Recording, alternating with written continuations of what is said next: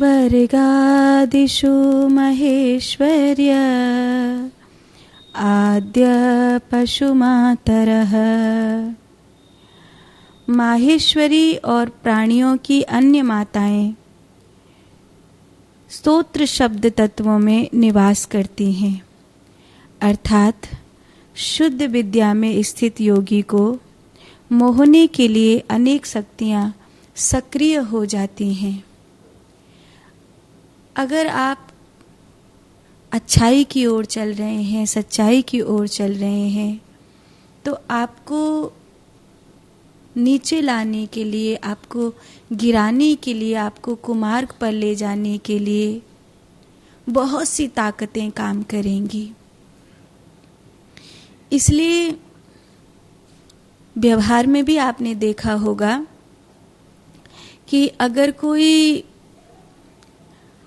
युवक है, कोई युवती है, थोड़ा अच्छाई की ओर चलने लगे तो कॉलेज में ही उसके ऐसे मित्र हो जाएंगे, ऐसे लोग उसके आसपास हो जाएंगे कि धीरे धीरे उसके व्यवहार को, उसके जीवन को कहीं ना कहीं बिगाड़ने का काम करेंगे। जैसे व्यक्ति का जीवन बिगड़ता है, चाहे वो नशा के रास्ते पर चला जाए, चाहे वो भोग वृत्ति के रास्ते पर चला जाए, क्रोध आदि के रास्ते पर चला जाए, किसी भी विकार के रास्ते पर चला जाए, वो चाहे लड़का हो चाहे लड़की हो, वो उस समय माँ बाप के संग को कम कर देता है, गुरुजनों का संग त्याग देता है, सत्संग का त्याग कर देता है, आचार्यों का त्याग कर देता है। उसको डर लगने लगता है इन सब से और आनंद आने लगा है उसको उस विकार वाली जिंदगी में, क्योंकि पवित्र ऊर्जा थी, सुकुमार था। तो वो जैसे ही बुराई की ओर बढ़ता है, उसे बड़ा रस आता है, उसे बड़ा आनंद आता है।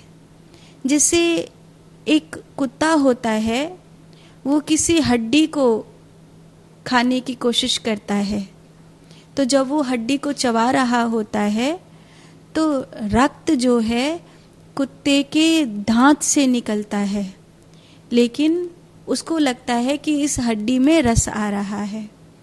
रस उस हड्डी में नहीं था, लेकिन उसको लगता है कि इसमें रस आ रहा है। ऐसे ही वो जो ऊर्जा का पतन हो रहा है, रस तो उस ऊर्जा के पतन के कारण अपना ही है, लेकिन ऐसा लगता है कि यहाँ कितना मजा है, यहाँ कितना आनंद है। शराब में, दुनियादारी में सुनता ही नहीं किसी की। माँ बाप रोते हैं, बहन भाई रोते हैं, घर परिवार वाले समझाते हैं, आचार्य गुरुजन समझाते, किसी का समझ में नहीं आता। दोस्त कहते हैं तू सुन मत किसी की। वो भटकाव है, संसार का भटकाव उम्र के किसी भी पड़ाव पर आ जाता है। दूसरा है आध्यात्मिक भटकाव।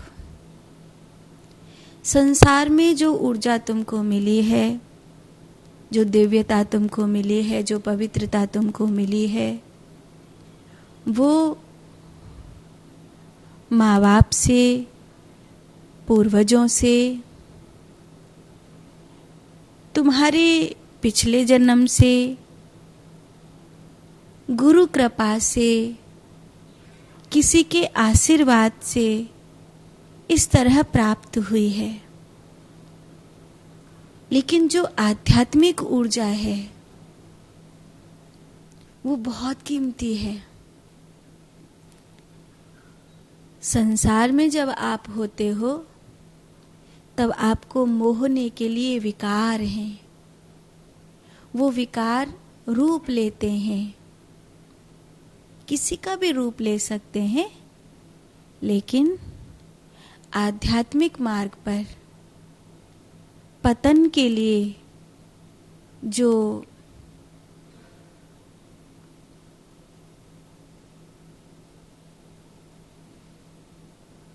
हमें लेकर जाते हैं वो शक्तियां हैं।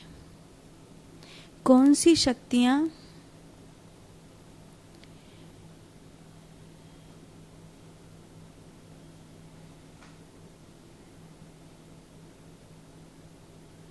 जो स्तोत्र शब्द तत्वों में निवास करती हैं,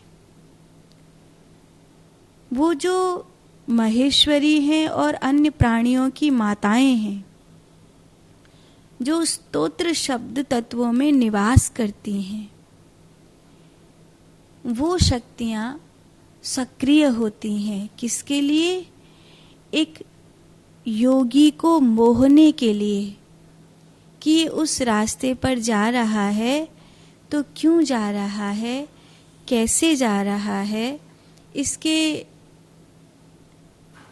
जाने के थोड़ा परीक्षा तो ली जाए, थोड़ा खेल तो किया जाए, कच्चा कच्चा है या कि ब्रह्म तत्व के मार्ग पर निष्ठापूर्वक बढ़ रहा है। संसार में कुछ चाहिए, थोड़ा आजमा कर देखा जाए, तो वो आजमा कर देखते हैं। नारी शक्ति, घोर शक्ति। कहते हैं सहज विद्या की ऊंचाई पर पहुंचने पर भी ऊंचाई से प्राप्त सिद्धियां इन शक्तियों का भोजन होती हैं। सहज विद्या की ऊंचाई पर पहुंचने पर भी ऊंचाई से प्राप्त सिद्धियां इन शक्तियों का भोजन होती हैं। जो आप सहज विद्या के द्वारा ऊंचाई पर पहुंचे हैं और ऊंचाई पर पहुंचने पर जो आपको सिद्धियां प्राप्त हुई हैं, वो सिद्धियां इन शक्तियों का भोजन होती हैं और यह उस निर्दोष के पतन का कारण बन जाती हैं। यह उस निर्दोष के पतन का कारण बन जाती हैं।